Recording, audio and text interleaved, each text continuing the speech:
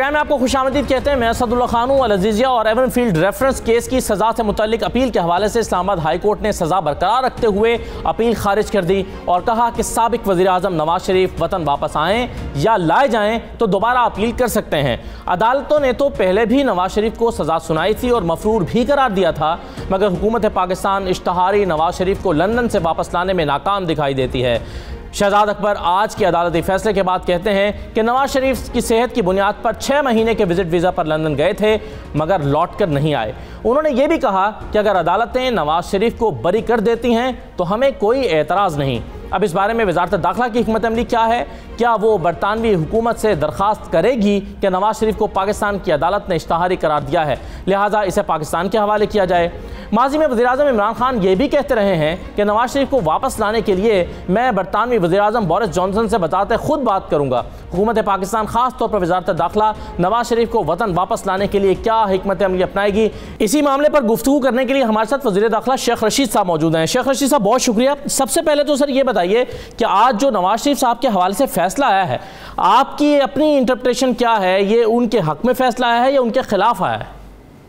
देखें, हर आदमी अपने तौर पर देखता है, बेसिकली देखता है हो गया ना कि में वो मौजूद नहीं है, वो जमानत पर होने के बावजूद बाहर गए हैं और वो जब आएंगे तो तब की बात है। अभी तो ये फैसला उनके खिलाफ ही गया है और उनकी सजा भी बहाल रही है और मेरे ख्याल में तो ये पाकिस्तान हमारी आवाम की बदनसीबी है। यहाँ से लीडर जो हैं वो बाहर रहना ज्यादा सुकून और एहसास और ज्यादा मजा महसूस करते हैं अपने वतन में, जहाँ वो सारी दौलत बनाते हैं और लूट कर बाहर ले जाते हैं। शेख साहब, क्या नवाज शरीफ साहब को वापस लाने के हवाले से कोई स्ट्रेटजी है हमारी हुकूमत के पास? हम एक्स्ट्रेडिशन तो करने जा रहे हैं। ये जाहिर है दुनिया में ऐसे लोगों की जरूरत है, इंटरनेशनल एजेंडा है कि ऐसे लोग बाहर से पाकिस्तान की फौज के खिलाफ बयान दें, पाकिस्तान की हसास बातों पर अपनी इजहार करें और बाहर बैठ के अपने आप की अहमियत जताएं। लेकिन पूरी कोशिश है इमरान खान की कि नवाज शरीफ को वापस लाया जाए। शाह साहब, जितने लोगों के केसेस यहाँ पर चल रहे थे सबकी ज़मानतें हो गई, शहबाज शरीफ साहब की भी, हमजा की भी, कल ख्वाजा आसिफ की भी हो गई है। अब नून लीग का कोई भी शख्स अंदर नहीं है और इसके नतीजे में नून लीग ने बयानिया ये बनाया कि देखिए जनाब, हमारे खिलाफ तो कोई चीज़ साबित ही नहीं हो सकी।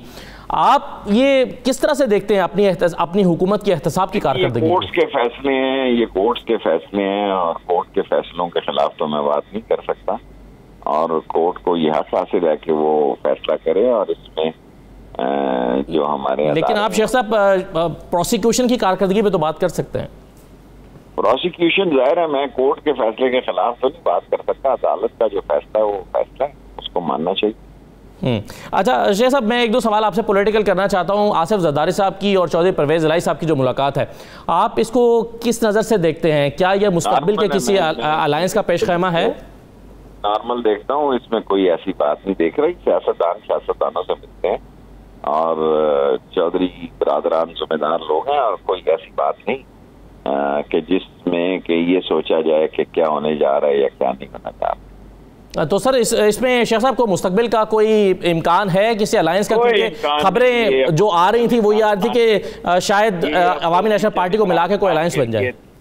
ये अपोजिशन इमरान खान के लिए तरने वाला है, ये इमरान खान का कुछ नहीं बिगाड़ सकते। ये 30 दिसंबर इनकी डेट थी, कई डेटें आई और चली गई और इमरान खान 5 साल पूरे करेगा इंशाल्लाह। शेख साहब, आप क्या समझते हैं कि जहांगीर तरीन साहब जो हैं उनके मामलात को हल किए बगैर या उनके साथ जितने लोग मौजूद हैं उनके बगैर इमरान खान साहब जो है वो आइंदा हुकूमत बना सकते हैं इलेक्टेबल्स के बगैर?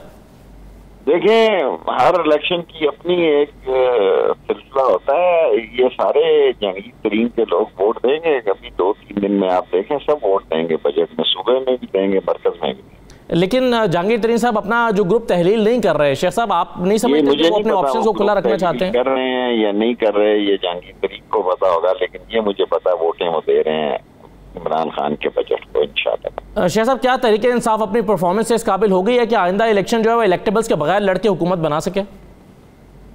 आइंदा इलेक्शन अपनी परफॉर्मेंस पर ही लड़ा जाता है जी। इंशाल्लाह बेहतरी के हालात होंगे और लोग अंडर एस्टिमेट कर रहे हैं। कौमी पार्टी है इस वक्त, गिलगित में भी है, आजाद कश्मीर में भी हुकूमत बनाएगी, पंजाब में भी है, KPK में भी है, बलूचिस्तान में भी। सिंध में एक सूबा छोड़ के सब सूबों में है। तो परफॉर्मेंस बेहतर करेंगे आगे।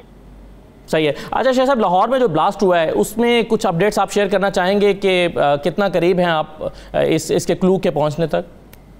देखें, तकरीबन हम इन्वेस्टिगेशन के काफी करीब है और मुल्क पर अंदर से दबाव डालने की कोशिश की जा रही है और इंटरनेशनल एजेंडा यही है कि पाकिस्तान के लिए मसाइल पैदा किए जाए, पाकिस्तान के लिए अंदरूनी प्रेशर बिल्ड किया जाए और पाकिस्तान की अजीम अफवाज है, अजीम अदारे हैं और इन सारे मसाइल से पहले भी हम सुरखरू होकर निकले और अब इंशाल्लाह निकले।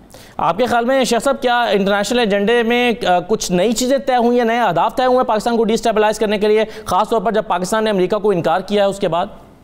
देखें, इसका बेहतर जवाब तो फॉरेन ऑफिस दे सकता है, लेकिन ये बात हकीकत के करीब है कि हमारे पड़ोस में जो हालात बदलने जा रहे हैं उसका हम पर असर हो सकता है, लेकिन इसका वाज़ेह जवाब फॉरेन ऑफिस दे। लेकिन क्या वजारत दाखिला सर ये जवाब दे सकता है कि नए चैलेंजेस क्या हैं इस बदलती हुई सूरत हाल के पेश नज़र? देखिए, हम बॉर्डर मैनेजमेंट को देखते हैं। बॉर्डर मैनेजमेंट हमने 86-88% अफगान बॉर्डर को सील कर दिया, 44% हमने सील कर दिया है ईरान को और 1 साल के अंदर अंदर दोनों तरफ के बॉर्डर 1-2 महीने में अफगान बॉर्डर सील हो जाएगा और इंशाअल्लाह ताला हम बेहतरी से फैसले और बेहतरी की तरफ लेके जाएंगे। हमारे हमसाए में जो अफगानिस्तान की मैं बात कर रहा हूँ वहाँ पर जो तब्दीलियाँ आ रही हैं, जिस तरह से तालिबान का असर रसूख बढ़ रहा है और चीज़ें वहाँ पर हुकूमत के कंट्रोल से बाहर हो रही हैं, शेख साहब क्या आप उसके पेश नज़र समझते हैं या उसका कोई कनेक्शन देखते हैं लाहौर में होने वाले इस ब्लास्ट के साथ, और आप समझते हैं कि मजीद चौकन्ना और चौकस होने की जरूरत है? अभी ये बड़ा सेंसिटिव सवाल आप कर रहे हैं, अभी हमें तय तक पहुंचने दें फिर इसका जवाब दें। राइट सर, मैं आखिरी सवाल सर आपसे करना चाहता हूं, आपके ख्याल में इस वक्त हुकूमत का सबसे बड़ा चैलेंज क्या है? एहतसाब, जिसको अभी तक करने में हुकूमत नाकाम रही है क्योंकि वादा ये इमरान खान का ही था, चाहे अदालतें फैसला कर रही हैं, या फिर महंगाई आपके ख्याल में सबसे बड़ा चैलेंज है? मेरा ख्याल है हमें महंगाई को कम कर लें तो हमारा कोई मसला नहीं है इंशाअल्लाह। ठीक है, बहुत शुक्रिया शेख रशीद अहमद साहब हमसे बातचीत करने के लिए। वज़ीर दाखिला शेख रशीद हमसे बात कर रहे थे और बहुत से सियासी मौज़ूआत पर और जो इलाकाई चैलेंजेस हैं उस पर उन्होंने गुफ्तगू की है। एक छोटा सा ब्रेक लेते हैं प्रोग्राम में, ब्रेक के बाद वापस आएंगे तो बैरिस्टर अली ज़फ़र साहब हमारे साथ मौजूद होंगे। उनसे हम जानेंगे कि नवाज शरीफ के फैसले को कैसे देख रहे हैं, एहतसाब के अमल को कैसे देख रहे हैं, अदालतों से आने वाले फैसलों पर उनकी क्या राय है, और इसके साथ साथ जो हुकूमत की हिकमत अमली है इन तमाम केसेस को लेकर वो क्या है। एक ब्रेक लेते हैं, ब्रेक के बाद वापस आते हैं।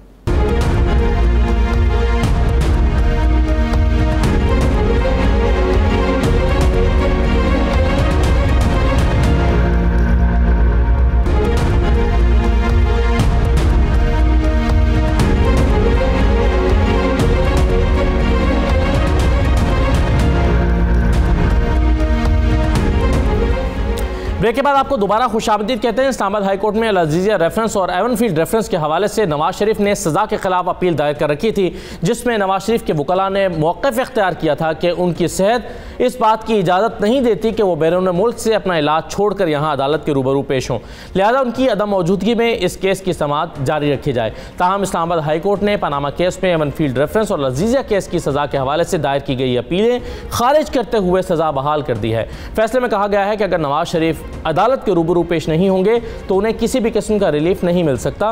फैसले में यह भी कहा गया है कि साबिक वज़ीर आज़म नवाज शरीफ वापस आएँ या लाए जाएँ तो अपील बहाली की दरख्वास्त कर सकते हैं। ताहम नवाज शरीफ के मफरूग होने की वजह से अपील की दरख्वास्तें खारिज करने के सिवा कोई ऑप्शन नहीं है। ख्याल ये भी जाहिर किया जा रहा है कि इस अदालती फैसले में साबिक वज़ीर आज़म को रिलीफ भी मिला है कि जब वो वतन वापस आएंगे तो दोबारा अपील कर सकते हैं। आज का ये फैसला नवाज शरीफ के हक में गया या उनकी मुखालफत में, इसी पर हम बात करेंगे। हमारे साथ बैरिस्टर अली ज़फ़र साहब मौजूद हैं। बहुत शुक्रिया बैरिस्टर साहब। मेरा सबसे पहला सवाल आपसे यही है कि नवाज शरीफ को आज इस्लामाबाद हाई कोर्ट से रिलीफ मिला है या फैसला उनके खिलाफ गया है सरीहन? देखिए, इसके खिलाफ क्या है, क्योंकि इसके दो पहलू हैं इस फैसले के। पहले तो सुप्रीम कोर्ट की जजमेंट पे रिलाय करते हुए इस्लामाबाद हाई कोर्ट ने बड़े वाज़ेह तौर पे कहा है कि चूंकि नवाज शरीफ साहब ने अदालत में आना पसंद नहीं किया, वो एब्सकॉन्डर हैं, वो अदालत से भाग गए हैं, तो इसलिए उनकी जो अपील है वो मुस्तरद की जाती है, वो रिजेक्ट की जाती है।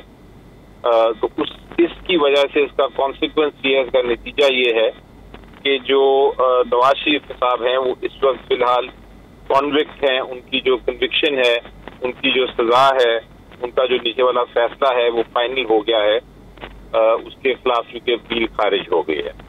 दूसरा जो हिस्सा है तो फिर वो एक और एप्लीकेशन फाइल कर सकते हैं कि उनकी अपील सुनी जाए। लेकिन वो जिस अदालत के पास जब भी वो आते हैं, अगर अपील फाइल होती है तो वही अदालत फैसला करेगी कानून के मुताबिक कि क्या उनकी अपील की समाअत मेरिट्स पे होनी चाहिए कि नहीं। तो इस अदालत ने उस चीज का फैसला नहीं किया, सिर्फ ये जिक्र कर दिया है कि अगर वो वापस आते हैं तो वो फाइल करके अपनी किस्मत नई अदालत के सामने आजमा लें कि क्या वो नई अदालत कानून के मुताबिक उनकी अपील मेरिट्स पे सुनती है कि नहीं। तो अली ज़फ़र साहब, जब वो वापस आएंगे नवाज शरीफ, तो क्या वो दोबारा से अपील इस्लामाबाद हाई कोर्ट से करेंगे या दोबारा अपील सुप्रीम कोर्ट के पास जाएंगे लेकर? नहीं, अपील तो इस्लामाबाद हाई कोर्ट ने ये कहा है कि आप दरख्वास्त दे सकते हैं इस्लामाबाद हाई कोर्ट को वापस, और वापस दरख्वास्त देने के बाद ये फैसला ये करना कि अपील उनकी सुनी जाएगी या नहीं सुनी जाएगी और मेरिट्स पे सुनी जाएगी या नहीं, ये फैसला दूसरी अदालत करेगी जिसके सामने वो पेश होंगे। तो फिर एक तरह से अगर इसकी तशरीह की जाए तो फिर अगर हम ये कहें कि गैर मुअय्यना मुद्दत तक के लिए मुलतवी कर दिया जाता अगर, तो फिर भी उसका नतीजा निकलता कि जब उस वक्त जो अदालत होगी उसके सामने वो आकर सुनेंगे। तो अगर हम इसको कह सकते हैं कि एक तरह से ये फैसला जो है ये गैर मुअय्यना मुद्दत के लिए मुलतवी हो गया है। इन दोनों में बड़ा फर्क है सर। अगर तो ये फैसला ये होता कि इसको फाइनल जैन कर दिया जाएगा मुद्दत की कोई मुद्दत वाजे किए बगैर, तो फिर उसका मतलब ये था कि जब भी वो आते नवाज शरीफ साहब तो फिर वो उसकी समाअत जरूर होती और अपील मेरिट्स पे जरूर डिसाइड होती। लेकिन क्योंकि ये नहीं किया तो अब ये जरूरी नहीं है कि जब वो वापस आए तो नई अदालत उनको मेरिट्स के ऊपर उनकी अपील को सुने। नई अदालत पहले उनसे पूछेगी कि अच्छा, आप पहले ये हमने फैसला करना है कि क्या आपकी अपील की समाअत हो भी सकती है कि नहीं। तो ये दोनों सिचुएशन में बहुत फर्क है। सही है। अच्छा वैसे साहब, नैब अब ये समझ रहा था या चाह रहा था, उसकी ख्वाहिश ये थी और आर्गूमेंट्स ये थे कि इसको डिसमिस कर दिया जाए, जैसे कि जो कि मुस्तरद हुई भी दरखास्तें, लेकिन जो इसका दूसरा हिस्सा है, आपके ख्याल में नैब को क्या इसके खिलाफ अपील में जाना चाहिए, इस फैसले के खिलाफ? देखिए, मेरी नज़र में ज़रूरत नहीं है, क्योंकि जिस तरह मैंने कहा दूसरे एस्पेक्ट जो दूसरा हिस्सा है उस पर इस अदालत ने कोई किस्म का फैसला नहीं किया। अदालत ये भी कह सकती थी कि आपको बिल्कुल इजाजत है, आप अपील फाइल करेंगे और अपील आप जब फाइल करेंगे तो उसकी हम अपील को मेरिट्स पे सुनेंगे। अगर ये फैसला होता तो फिर यकीनी तौर पे नैब को उसकी अपील करनी पड़ती। लेकिन फैसला ये नहीं है। इस फैसले में सिर्फ ये कहा गया है कि वो अपील फाइल कर सकते हैं और जब वो फाइल करेंगे तो जिस अदालत के सामने भी करेंगे वो अदालत फैसला करेगी खुद ही कानून के मुताबिक कि क्या अपील सुनाई जा, अपील की हियरिंग हो सकती है कि नहीं हो सकती। तो ये इसमें भी बड़ा फर्क है। मेरा नहीं ख्याल कि नैब को कोई जरूरत है इसके खिलाफ अपील करने की, क्योंकि कोई किसी किस्म का रिलीफ नहीं दिया गया मेरी नजर में इस्लामाबाद हाई कोर्ट ने नवाज शरीफ साहब को। ठीक है। अच्छा, जो कल ख्वाजा आसिफ साहब को ज़मानत मिली है, क्या आपके ख्याल में, और फिर इससे पहले जो शहबाज शरीफ साहब और हमजा की जो ज़मानतें हुई हैं और अब नून लीग के तमाम ही लीडर्स पर जितने इल्ज़ामात हैं, अगरचे नैब में ट्रायल भी रुका हुआ है शहबाज शरीफ साहब और हमजा का मनी लॉन्ड्रिंग के हवाले से, आप एहतसाब के अमल को अपनी हुकूमत के पर्सपेक्टिव में, यानी गवर्नमेंट की जो परफॉर्मेंस थी कि हम, और वादा था कि हम एहतसाब करेंगे, हम जो चोर हैं लुटेरे हैं उनसे पैसे वापस लेकर आएंगे, उनसे पैसे निकलवाएंगे, लेकिन 3 साल के बाद अमली तौर पर कुछ ना होता देखकर आप एहतसाब के अमल पर किस तरह से कमेंट करेंगे अली ज़फ़र साहब? देखिए जी, इसमें तो हकीकत है, जो फैक्ट्स भी हैं कि अभी तक कन्विक्शन नहीं हुई कोई इन जो बहुत सारे केसेस जो पेंडिंग हैं, सारे केसेस में शहादतें हो रही हैं और एविडेंस चल रहा है, कार्रवाई चल रही है, ट्रायल भी चल रहा है, लेकिन अभी तक हतमी फैसला नहीं हुआ। और ये भी फैक्ट है कि बहुत सारे जो मुलजिमान हैं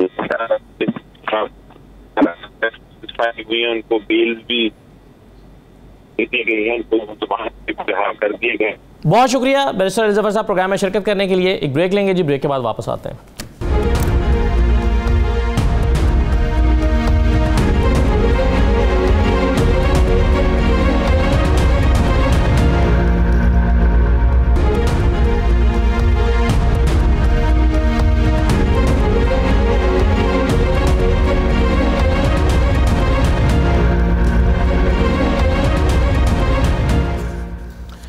ब्रेक के बाद आपको दोबारा खुशामदीद कहते हैं। मोदी सरकार ने मकबूजा कश्मीर पर आज APC मुनक्किद की, जिसके एजेंडे में शामिल था कि कश्मीर को रियासत का जल्द अज जल्द दर्जा दिया जाए, इलेक्शन जल्द मुनक्किद करवाए जाएं, डोमिसाइल कवानीन, ज़मीनी मिल्कियत और नौकरियों के हवाले से गारंटी, कश्मीरी पंडितों को वापस लाकर कश्मीर में आबाद किया जाए, सियासी कैदियों और एहतजाज करने वालों को रिहा किया जाए। शर्मनाक बात यह है कि मोदी सरकार ने APC में शमूलियत के लिए मकबूजा कश्मीर की कठपुतली नुमाइंदगी को मदऊ किया। मोदी हुकूमत के दोगलेपन या मुनाफिकत का अंदाज़ा इस बात से भी लगाया जा सकता है कि कश्मीर के हवाले से होने वाली APC में मकबूजा कश्मीर की सारी इकाइयों को मदऊ नहीं किया गया, जिनमें बिलखुसूस हुर्रियत रहनुमा शामिल हैं, जबकि मकबूजा कश्मीर के स्टेक होल्डर्स के तौर पर पाकिस्तान से बात करना भी ज़रूरी नहीं समझा गया। 5 अगस्त 2019 को भारत ने मकबूजा कश्मीर की खुद मुख्तारी का आर्टिकल 370 और 35 से ख़त्म कर दिया था। 3 साल होने को आए, दुनिया भर से मकबूजा कश्मीर के हक़ में आवाज़ें उठाई गईं, मगर भारत के कान पर जूं तक नहीं रेंगी। जबकि अब मोदी सरकार ने मकबूजा कश्मीर के इशू पर APC उस वक्त बुलाई जब भारत पर किसी भी मुल्क की तरफ से मकबूजा कश्मीर की खुद मुख्तारी की हैसियत बहाल करने का कोई दबाव मौजूद नहीं था। इस सारी सूरत हाल पर हम गुफ्तगू करेंगे। हमारे साथ जनरल रिटायर्ड अमजद शुएब साहब मौजूद है, दिफाई तजज़्ज़ाकार हैं। बहुत शुक्रिया जनरल साहब, प्रोग्राम में खुशामदीद। सबसे पहले तो सर मैं आपसे जानना चाहता हूँ, आपके ख्याल में जो ऑल पार्टीज कॉन्फ्रेंस बुलाई गई, इसमें जिन लोगों ने शिरकत की, क्या ये लोग कश्मीर के नुमाइंदा समझे जा सकते हैं? बिस्मिल्लाहिर्रहमानिर्रहीम। देखिए, ये नुमाइंदा तो नहीं, लेकिन ये गद्दार जरूर समझे जा सकते हैं, क्योंकि इन्हीं के अदवार हुकूमत में कश्मीरी आज़ादी की जद्दोजहद करते रहे और उसी में उनका खून भी बहाया जाता रहा। और इन्होंने अपने पुश्त दर पुश्त खानदानों ने हमेशा भारत की जो भी हुकूमत हुई वहां पे उससे तावन किया। ये वो तावन है जिसकी वजह से भारत आज दिन तक कश्मीर में अपना तसल्लुत कायम करके बैठा हुआ है। जब वो इलेक्शन कराना चाहते हैं तो यही लोग उनके तामन करते हैं, इलेक्शन हो जाते हैं। जब वो चाहें हुकूमत बनाना तो यही लोग कोलिशन गवर्नमेंट्स बना लेते हैं उनके साथ। ये इनके अपने मफादात हैं, जिनकी परवरिश करना, जिनको पालना, जिनकी देखभाल, वो इनका अपना एक मकसद हयात है। रहा मसला कश्मीरियों की आज़ादी का या उसका, तो उससे तो उनका दूर दूर का वास्ता नहीं। अब भी ये मुतमईन बैठे हुए थे जबकि आर्टिकल 370 खत्म हुआ और 5 अगस्त ये आर्टिकल 35A को खत्म किया गया, तो आपने देखा कि इन्होंने तो कभी को खास बयान नहीं दिया, गुपकार रेजोल्यूशन करके मस्त होके बैठ गए। तो अब इनको बुलाना तो बिल्कुल मेरा ख्याल है कोई अंडरस्टैंडिंग पहले से इनके साथ होगी, और इनको बुला के तो जो भी मोदी ने पिछले दिनों जितनी भी तब्दीलियां की और कुछ जो आगे करने जा रहा है, उन पे इनसे इत्तफाक राय लेगा, इनसे ठप्पा लगवाएगा, और उसके नतीजे में आप देखेंगे कि ये लोग फिर सौदा करके अपने लिए ओहदे वगैरह लेके तो वापस आ जाएंगे। जनरल साहब, आपके ख्याल में इसका मकसद क्या है? ये ऑल पार्टीज कॉन्फ्रेंस क्यों बुलाई जा रही है?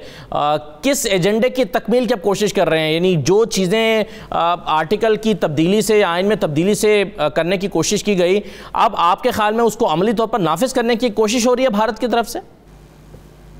उसका भी और कुछ एडिशनल काम कर रहे हैं। देखिए, किस्सा ये है, पहले इस असेंबली में 87 सीटें, 87 सीट्स हैं, उनमें से लद्दाख की 4 है और मेरा ख्याल है कारगिल की भी 1 या 2 हैं। तो उन इलाकों को तो वो ये निकाल के तो वो यूनियन टेरिटरी में रख रहे हैं पक्का, लद्दाख भी और वो कारगिल भी। रह गई कश्मीर की वादी, इसमें जो पीर पंजाल रेंज है उसके साथ के 3 अजला जो है उनको वो शामिल कर रहे हैं जम्मू के साथ, और 3-4 नई कॉन्स्टिट्यूएंसीज बना रहे हैं। इससे वो हिंदू वोट उधर जम्मू के साथ बढ़ जाएगा, और कश्मीर में वैली में लोग मुसलमान जो हैं उनकी हमेशा स्ट्रेंथ कम रहेगी। उनकी पहले 44 सीट्स होती थी, वो मेरा ख्याल है 44 से वैसे ही कम होके जब वो निकाल देंगे 4-5 सीटें उनकी लद्दाख वगैरह की, तो ये पीछे रह जाएंगी। मेरा ख्याल है बहुत हुआ तो 30-32 सीटें, या आप कह लीजिए कि 38 सीट्स रह जाएंगी। उसको मजीद ये इधर जम्मू में अक्सरियत बढ़ा के सीटों की, और जम्मू में हिंदू आबाद जो किए हुए हैं वो इन्होंने उनको अक्सरियत दिलवानी है। दूसरा काम इन्होंने ये किया है कि जो आर्टिकल 35A को खत्म करके तो जो शहरियत नए लोगों को दी है, उनको 35 लाख के करीब शहरियत ये लोगों को दे चुके हैं वहां की। उसमें लोगों का वहां रहना जरूरी नहीं है, वो कोई केरला में रहे या बिहार में रहे, जहां भी रहे, उसके पास अगर शहरियत है तो उसको कहा जाएगा कि जाके वोट डाल के आओ, तो वो अपनी हिंदू जमात को वोट डालेगा।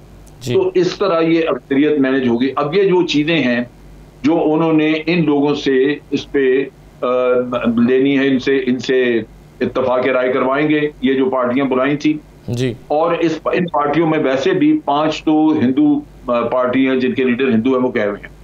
बाकी जो मुसलमान लीडर हैं उनमें आप देख लीजिए सज्जाद लोन वगैरह इस तरह के लोग हैं जो बहुत पहले से अपने आप को फरोख्त कर चुके हैं जी। तो इन हालात में मोदी ने जो ये इस तरह के इंतजाम तब्दीलियां वो कर रहा है, जहां वो मुसलमान मेजॉरिटी को मुसलमान माइनॉरिटी में कन्वर्ट कर रहा है, वो इनसे वो ठप्पा लेगा और ये तय करेगा कि आप में से किसी को वजीर आला वगैरह बना दिया जाएगा। हाँ।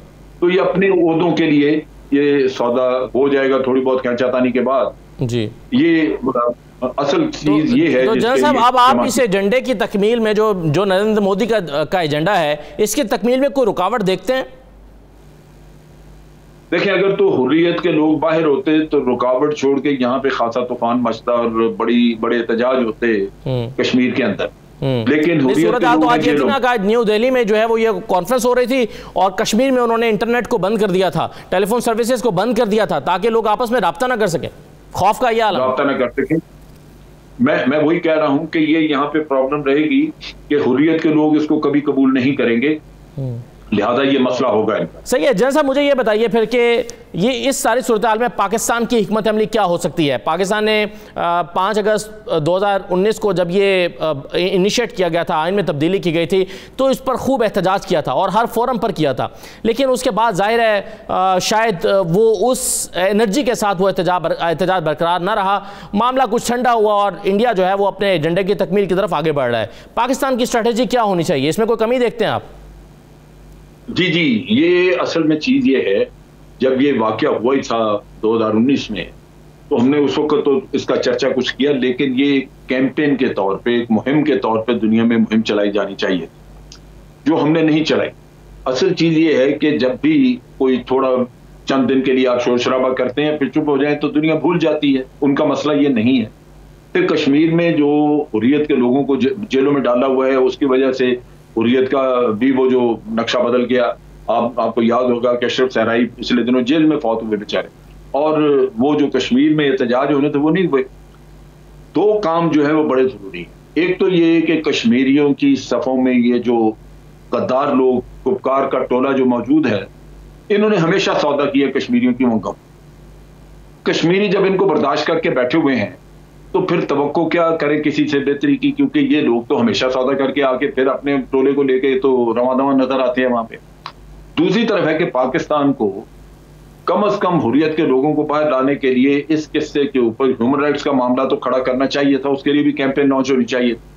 वो भी नहीं हमने किए। डेलीगेशन जाते ह्यूमन राइट्स के लिए, जो ऑर्गेनाइजेशन हैं, प्राइवेट ऑर्गेनाइजेशन, NGOs वगैरह, उनको उनके साथ मिलकर काम किया जाता, या जो थिंक टैंक्स हैं उनमें लोग भेजे जाते, थिंक टैंक से लिखवाया जाता।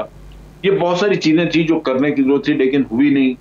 और जब तक आप डिप्लोमेटिक कैंपेन ना लॉन्च करें तो दुनिया तो नहीं हिलती ना, फिर तो वो ये इसी तरह चीजें आपकी तारीख के सफ़ों में दब जाती हैं। तो मेरा ख्याल है कि हुकूमत को अब भी सोचना चाहिए, एक कैंपेन अरेंज करें और इसके ऊपर लोगों में आगाही पैदा करें, दुनिया में आगे। ये बड़ी जबरदस्त वायलेशन है यूनाइटेड नेशन की करारदादों की और आलमी कवानीन की। इस पे आप खुल के बात करें। सिर्फ ये कह देना है कि हम बातचीत आपसे नहीं करेंगे जब तक कि आप आर्टिकल 370 वगैरह बहाल नहीं करते, तो वो तो भारत नहीं कर रहा, और ना बात करें। उनकी अपनी भी स्ट्रेटजी यही रही है कि पाकिस्तान से बातचीत नहीं करनी, अवॉइड करना है, तो वो तो फायदा नहीं हुआ।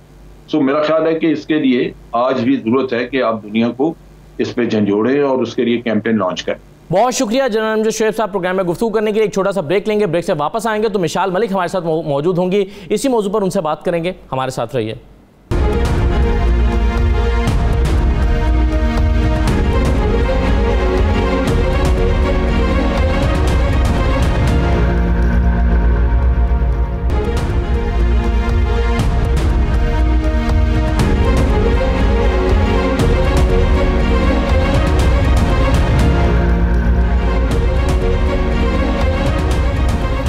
प्रोग्राम में आपको दोबारा खुशामदीद कहते हैं। हम ब्रेक पर जाने से पहले बात कर रहे थे भारत के हवाले से और भारतीय ऑल पार्टीज कॉन्फ्रेंस के हवाले से, जिसमें नाम निहाद कश्मीरी रहनुमाओं को बुलाया गया। अब इसी मामले पर गुफ्तगू करने के लिए हमारे साथ मिशाल मलिक साहबा मौजूद हैं। आप अहलिया हैं हुर्रियत रहनुमा यासीन मलिक साहबा की, सामाजिक कारकुन हैं। बहुत शुक्रिया मिशाल मलिक साहबा। सबसे पहले मैं आपसे जानना चाहूँगा कि जो एजेंडा हमारे सामने आया है, इस एजेंडे में लिखा है जो चीज़ें, उसमें एक पॉइंट है सियासी कैदियों और एहतजाज करने वालों को रिहा किया जाए।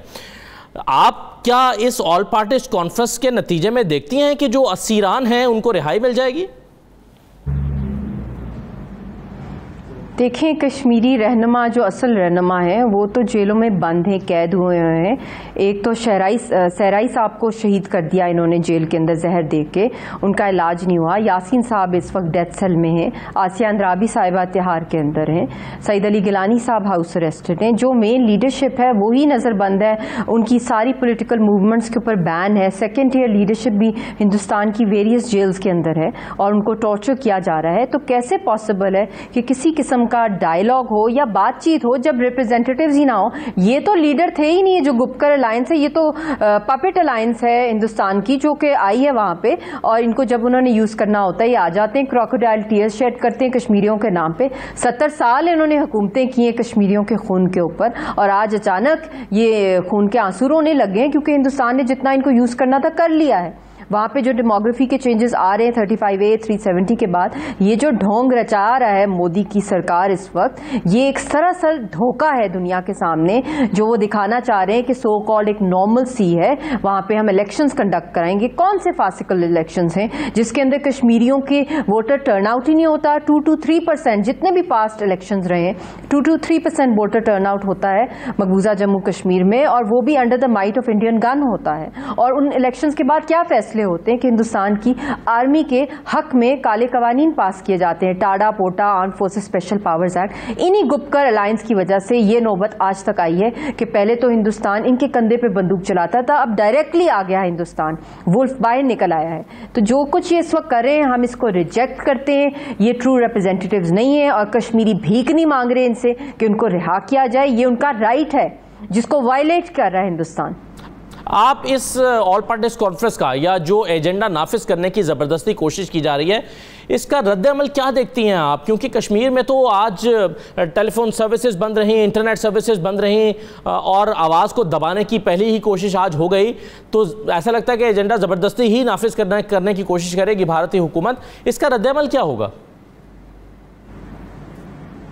इसका तो हमेशा की तरह जो रद्द-ए-अमल हुआ है, कश्मीर की जो अवाम है उन्होंने हमेशा रिजेक्ट किए ये भौंडी हरकतें इन लोगों की, जो इनकी पॉलिसीज़ हैं। हर चीज़ फैब्रिकेटेड है, फॉर्जरी पे बेस्ड है, उसके अंदर कोई सच्चाई नहीं है। लोगों के सारे पॉलिटिकल राइट्स जो हैं वो छीने हुए हैं, right to live, right to breathe, health के इशूज़ देख लें। कोरोना की आड़ में कितने वहाँ पे लॉकडाउन फर्दर कर दिए, डबल लॉकडाउन है, सीज है, कर्फ्यू है, क्या नहीं है वहाँ पे कश्मीरियों के साथ जो बाइफर्केशन कर रहे हैं। यूनियन टेरिटरी में इसको तब्दील कर दिया गया है, स्टेटलेस कर दिया है, स्टेटहुड छीन लिया है, ऑटोनॉमी छीन ली है।